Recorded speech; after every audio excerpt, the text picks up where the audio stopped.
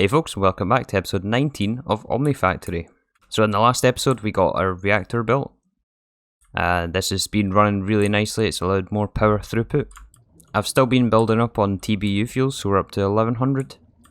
And the depleted is down or up to 2 stacks. Still just waiting on some more tungsten and more resources from the blast furnaces. We can see here we're up to 1500 right now, which is nearly enough for the next tier of reactor, but there's still a bit more waiting to do. We also got the wafers and things like that auto-made. We got indium, gallium, radium, or what is it called, radon, and the rest of the qubits and the nano CPUs. We got all that auto-made last time as well. I think the next thing I'd like to do is pick up the next tier of circuit actually. So we have to make these nano processor mainframes. I did actually already make these. But I didn't pick it up for the quest, so I guess we'll make another one. As wasteful as that is. Yeah, I would rather get the quest. And this is technically the first tier 6 circuit. It's actually the third though, since I made 2 more off camera, yeah. Anyways, oh that was 2 quests actually. Yeah, the next step is the IV assembling machine. There's an IV assembling machine. And this assembling machine allows us to get the 4th and final tier 4 circuits. So these are the qubits, the nanos, multi-layer fiber reinforced, platinum wire, and SMDs. That's all very easy. All of those things we now stock passively. So I'm going to set up an interface for this assembler machine to make our next tier of circuits, because this has to be IV tier. So it'll be assembler, IV, yeah, just assembler IV. There won't be a circuit in there. And then let's encode this recipe as well. And for now, I think I'll put it on just the EV line, and maybe I'll move it later on. So we'll put it here just for now, and like that. Enable input from output side, and then auto output and put the pattern in. And now we should be able to request these nano, what are they called? Quantum circuits. And it also has to be supplied liquid. So we'll put a fluid interface there with a pump. HV pump is fine, I think. Set to import. Plug in the interface as well, and this should be getting liquid. Yep, and now it's crafting our circuits. And there's our first 4 quantum circuits, which is the 4th and final tier 4 circuits. These are all used to make EV machines, so this is the cheapest version of the EV circuit. So that's really, really nice. We're still going to be building quite a bit of EV as well. So yeah, that should be the quest, which it is. Let's see what's next in the quest line. The 3rd tier 5s, can we make these yet? I guess we can even make these. This is just an extra small coil and the quantums from before. So we can even put this recipe in and get this quest as well. So this will go in the same one. Let's request a couple of these. And this appears to have gotten stuck. I wonder what happened. Why is this not crafting? I wonder. Oh, for some reason the recipe was wrong here. If we look at this recipe, this is supposed to be 4 transistors. I have no idea why it imported only 2. So we'll increase that, and let's try this again. And this time it worked, so that should be a quest. And the next one is the 2nd tier 6. I wonder if we can get these even. Chrome plates, signalum wire, power IC. We have power ICs. We just need to autocraft quantumize, and then we can even get these 2nd tier 6s, which is for LUV. Although I'm not sure there's much point in doing that right now, since we're not going to be jumping to LUV yet. I think we'll put a pause on that quest line just for now. Alright, so the next thing I'd like to do is work on the next tier of microminer. This is a quest we kind of skipped over here in the mid game. But this doesn't seem too bad now, so we can do tungsten carbide plating. So that's the block recipe, and then we need the plate recipe as well. And then heavy plating is in the compressor. Oh, and we're out of space on our compressor array. That's not an issue, we can just add another interface to the array here, and that will fill the drawers and put it into these compressors. Actually, what tier is this recipe? Because the last time we had to upgrade these, and EV, and these are HV, so these are going to have to be upgraded. But now that we have cheaper EV circuits, that shouldn't be an issue. So I'll make some more compressors and we can upgrade these. There's the recipe with our shiny new quantum circuits. I'll have to even go through and clean this up as well with all these that we can now upgrade to the last tier circuit, so I'll do that as well.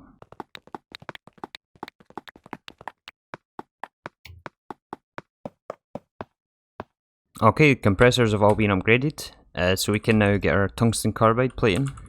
Oh yeah, I forgot as well. We can't just upgrade the machines, we need to also upgrade the CEF and the power as well. Which means we're also going to have to upgrade our lathes.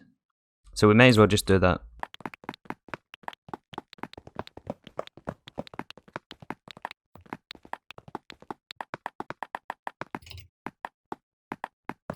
And done. That's both sets of machines now upgraded to EV tier.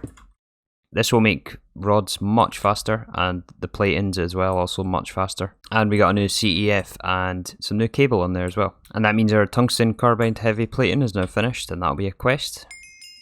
And let's look at what it takes for the next tier of micro miner. So obviously this plating. HV generators. This is some stainless steel, the standard HV components. We have those. Basic micro miner guidance system. I think these were in the previous tier as well. Yeah, so we have those. Reinforced mining laser. We have everything here. We don't have solidified argon though.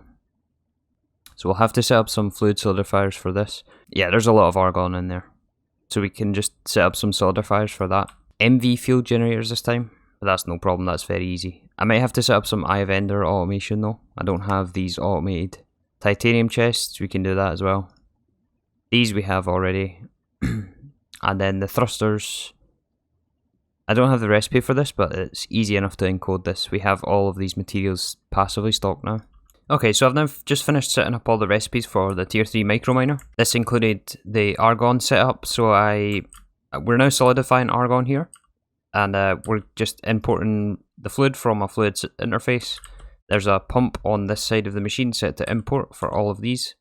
And all of these other ones, helium, xenon, krypton and neon, these are all from the noble gases. So it's these here. And so we're going to need these eventually, so I just decided to set this up.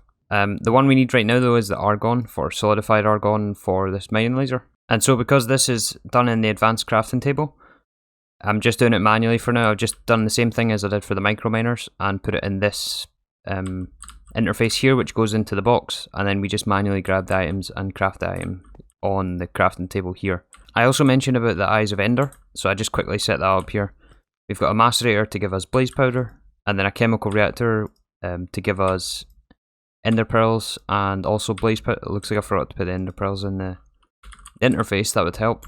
There, so now, yeah, now we're making eyes of ender. And these drawers are all just connected here with the storage bus on the controller here. So that'll passively make us the eyes of ender we need. And yeah, like I said, I put in all the rest of the other recipes. All that's left to do now is encode the mining laser itself. I also noticed, by the way, the name on this assembler was wrong, so I did correct that. That was annoying me after I noticed. And yeah, our craft is also finished here. So we can take this to this table. Oh, hold on, we need a elite crafting table for this. We can make, I believe we can make all of this. It's just blocks of aluminium and black steel. We have black steel dust, but we don't have a blast furnace for it yet though. So I might have to set up a blast furnace for black steel. But let's just do that right now. And done. That literally took me like 30 seconds to set up. I've done so many of these now. It's basically exactly the same. We just have black steel dust going into the input. And then we're running this at HV, and I've just tacked it onto the massive row of blast furnaces I've got right now. And I've set the limit quite low at just 100. We're not going to need a lot of this, but at least it's automated now, because it is quite a quick recipe. So yeah, that's black steel taken care of. Let's now make the extended crafting table. Really nice feature of this pack is you can actually duplicate these crafting tables. So you can basically have infinite amounts of these once you make one. And with that we can use the tier 2 to craft the tier 3. That should also be a quest as well, yep. And then we can take our microminer components and craft the tier 3. And that is our first tier 3 microminer. And as easy as that, we now have all the nether ores that come from the tier 3 microminer. And I just set up the same logic here with the export bus to automatically clear the craft. And I put in the pattern for this recipe. And yeah, all that's left to do now is add some of these ores to our ore processing, and they'll be automatically processed for us. So things like the Certus quartz is going to be quite useful. This gives us the barite dust, which we need for barium, which was for yttrium barium cuprate. I don't think I have quite a lot of this. I was just buying quartz before. Pretty much all of this is useful. Like for example, the tetrahedrite can give us antimony and zinc. Vanadium magnetite, this can give us vanadium dust, and we're going to need this pretty soon for things like HSSG and vanadium steel. Those are going to be coming up. We're going to have to blast furnace some of that, as well as vanadium ingots in the blast furnace. And then vanadium, gallium, all of this basically we're going to have to do pretty soon for EV and IV. So you know what, let's just, we made 3 microminers, let's just send the other 3 out. So all we have to do is hit this button and we should see another few stacks of nether ores show up. I really like this microminer concept. This is the first time I've actually played about with it, and it's so cool. I much prefer it to like void ore miners or like for example quarries or something like that to gain resources. This is like a trade and you build up through the tiers. I think it's really well implemented. And with all of that now finished, I've double checked our resource count for this reactor that we're going to build. And I've started the craft for these reactor cells. We need 693. And you can see this is a lot of ferroboron and tough alloy. But that's not all. We also need some casings as well for the reactor. I need another 748 of these. So if we put that number in, we're missing just boron dust. But this, if you look at the materials for this, this is also a lot of materials. 1500 tungsten.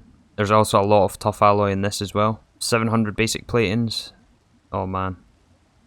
135 tungsten steel. Anyways, yeah, the way we get this boron is through electrolyzing borax. And we can get borax from the salt ores again. So I'm just going to run a bunch of tier 1 microminers, because I believe that gives us the salt ore. Yeah, it gives us a stack per microminer.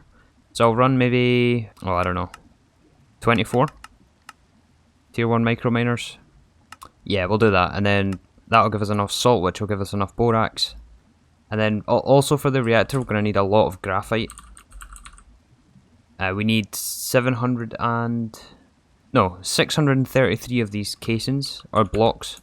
So we're short 4,000 graphite. I'll probably just end up buying this with Omni nickels. It's quite cheap, I've already bought quite a lot, and so that's processing right now. There's an extra couple thousand graphite we're missing. And other than that, I think that's about it. I've already got the coolers. There's 60 coolers, I've already made those. And then it's just a few ports and a few controller, or one controller. So I think I'm going to let this run, let this craft a bit, let the materials process, and then I'll be back, and then we'll build our second reactor. Alright, so it's now just been about a few hours. I've done some more ore processing, I batch crafted a bunch of the materials we need, and I believe we now have everything we need to build the reactor. I've also expanded our DML setup slightly. I added, I think 2 more Endermen maybe. I added a couple more thermals to keep up with the cooling, because we're going to need more cryothium. A few more witch for redstone. And I also got these wither and dragon data models started. We won't need these for a little bit, but they're useful to have later on for things like dragon's breath, and this will get us draconium. I also upgraded a few of these machines as well. I don't remember what these were at before, but we now have an IV macerator here to give us blizz powder, and I believe this is EV fluid extractor to give us molten cryothium. So I have the 693 reactor cells here, 762 fission casings, 60 buffers, 60 active fluid coolers, and 633 blocks of graphite. This was quite the drain on the resources. If we look at the tungsten now, we're down to 172. This used about 2,000 tungsten all in. So it's a big resource cost or investment. Hopefully it'll pay off though. This is expected to give around 2.2 million RF a tick. From the resource I've been following for this reactor, as I stated in the previous episode, I really don't know what I'm talking about, to be honest with you, when it comes to these nuclearcraft reactors. I am following a guide for this. Our current setup for thorium with these MV thermal centrifuges won't be enough, so that's something we'll have to upgrade before we turn this thing on. But yeah, I want to get it built and situated first. And this reactor, by the way, is going to be for power. It's not going to be for the next tier material. That'll come a bit later. So we're still going to be running it off the TBU fuel. And it's also slightly bigger as well. It's 9 by 14 by 11. So it's going to be something like this, and 14 tall. On the inside, there's going to be an alternating pattern. So I think it's going to be something like these in the corners. And then it alternates between graphite blocks and reactor cells. And then this pattern will alternate on the next layer, and so on. Just placing blocks. I reckon I'm about halfway through here. and it's just this for I've been doing this already like 10 minutes. I mean, I'm sure there's probably easier ways to do it with the copy paste gadget, things like that, but I don't really feel like messing about with that, and I'd rather just make sure that I don't miss a casing somewhere and have to rip it down. That would be a disaster. And I've kind of got the pattern figured out here. It's just a fluid cooler every other layer, and then alternating graphite and reactor cells. Alright, so I got to the top layer, and the fact that I don't have any blocks left is a very good sign. It means I didn't miss a block. And so now all that's left to do is to cover it up with casings.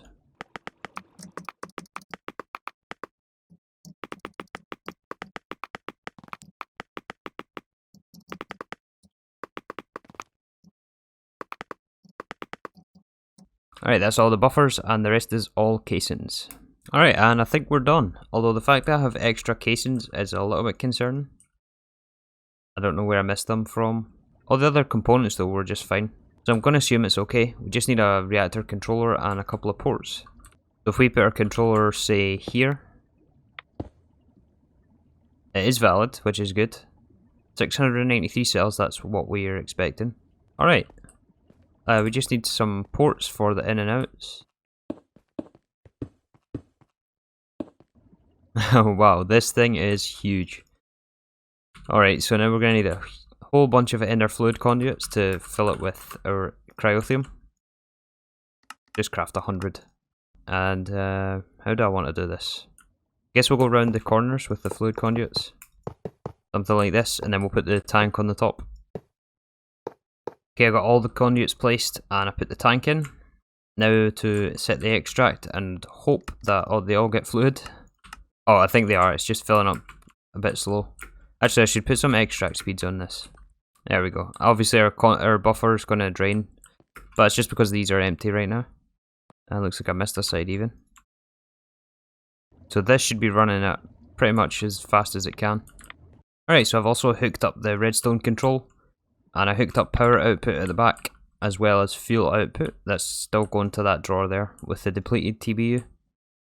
We're going to eventually process that as well, which is coming out of this port here. And I had to put on 8 ports because our Signalum energy conduit can only output 524,000 per connection. And this outputs obviously 2.24 million, or whatever it is, I'm not sure exactly, but it's over 2 million, so we need more than one connection on our Signalum conduit.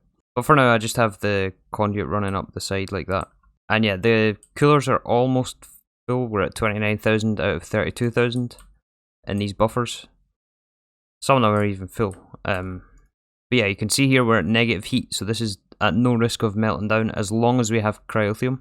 And obviously we'll keep an eye on this. It's just because this just went down because obviously we need to fill the buffers up, but it won't consume this much when it's running. And we should be okay for this. The only thing I'm concerned about is the TBU. So I think that is something we will have to expand. But yeah, this thing is a beast. It's so big. It definitely stands out in the base now. Like, maybe it should have been moved to somewhere else, but I wanted to keep this space for TBU processing. I didn't really want to put it in this square and then have TBU processing here. Well, maybe that would have been a better idea. But it's built now, I'm not moving it. As long as it works. If there's something wrong with it, I'll move it. If not, it's staying where it is. And yeah, it looks like this inner tank just filled, which means the buffers should be full. 32,000, yeah. I think they all. I'm going to go around and double check them just to make sure they're all full. They all seem to have filled up, so let's actually just do a little test run on this. Let's just force power this. And oh yeah, that is some. That's already 200 million RF, just like that. But yeah, look how fast it's burning the TBU. There's no way we produce TBU this fast. But I will switch this off for now until we get our TBU situation sorted. Although this is a massive buffer. And we don't have to worry about overclocks anymore. I had it turned off on quite a lot of machines. But I'll definitely be able to turn that on. So yeah, let me take a minute and I'll try and figure out what we're going to do about this TBU. Before I do that, actually, there was one thing I was kind of messing with while I was waiting on all those resources. And that was this quest over here for nether stars. It seemed really, really easy. So I just put in all the recipes in the molecular assemblers. Yeah, here for the different components for nether stars. So we can now just like craft nether stars. It takes a bit of quite a bit of luminescence, which is not fully renewable yet, but like everything else here is not a problem. So we now have nether stars. And actually I need one of each of these for the quest, so let's just do that just now. Now that should be the quest. Yep. Our next goal is going to be to process all of the depleted fuels. So I've started setting that up here. I'm putting it into a centrifuge, which is giving us the tiny piles of all of these fuels. And then we have to craft these into the next ones, and we're going to build a third reactor to basically burn fuel as fast as possible in order to give us the next tier. The third reactor we're going to build is going to also be like pretty big. It's just basically going to burn through fuel to give us the next tiers. However, in order to build that, we're going to need a lot more tungsten and resources in general. Primarily tungsten, but we need a lot more resources than we currently have. So I'm going to have to wait a few more hours for that actually, for all those resources to build up. In the meantime, I have switched off this reactor for now, as this is way less efficient. This is only 576% efficiency on the fuel, compared to this one, which is 1085%. So we get way more energy per fuel pellet on this one. This is overkill for the moment, so we'll grow into this power eventually. And yeah, as you can see, it only turns on when we need it, and that's giving us our depleted fuels. So just to finish off this episode, I think I'm going to upgrade our CPUs, which is long overdue. I'm getting to the stage where I'm ordering multiple crafts, and it's taking its sweet time. So yeah, let's actually craft up some more CPUs. Let's go for half a stack of co-processing units. Yeah, we can do this. And then half a stack of 64k units.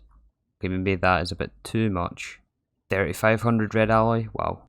Yeah, let's maybe not go that ambitious yet. Let's do 16. Missing gold plates. Wow, really? I've got this far without the gold plate recipe. Alright, well it looks like we can make 16.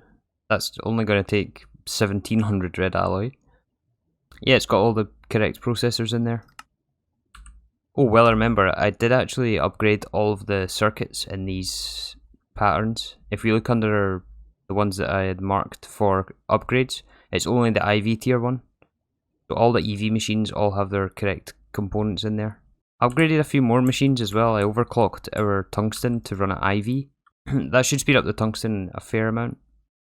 And I'm actually going to make another 3 of these 4K crafting storages, because that's going to annoy me if it's different. Same with this. I'm going to make a coprocessor, I think, for this one. Oh, hold on. I hope that wasn't the one crafting our materials. That could have voided things. That might have voided all of that. Oh no. Oh, mistakes were made. Alright, well let's order that again then. Actually, that was a bad idea. Yeah, that absolutely ate through a red alloy there. I'm gonna have to probably overclock this to EV.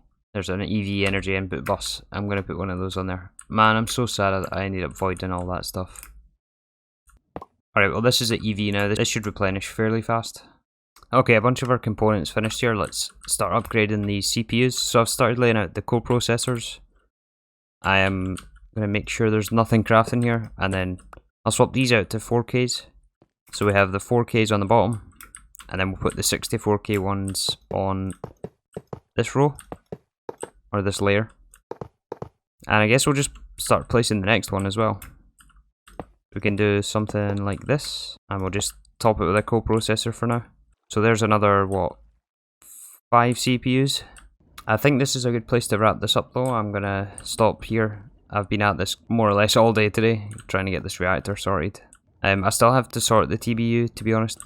This number here, 1557, was about 1 hour ago. And we're at 1494 now. So I'm going to have to do something about that. But yeah, I'll fix that for next episode. But other than that, we're now producing 2.2 million RF a tick. So yeah, next steps is going to be to process all of this fuel in order to get the rare materials that you can only get from burning fuels. We'll need those for late game. And I would also like to get the next tier of microminer, which is the tier 4. That's over this way. For that we'll need another microverse projector. And yeah, that's going to allow access to even more materials such as osmium and iridium, I believe, that comes from the tier 4. Exciting stuff coming up. But yeah, that's going to do it for today. Thanks again for watching, and I'll see you in the next one.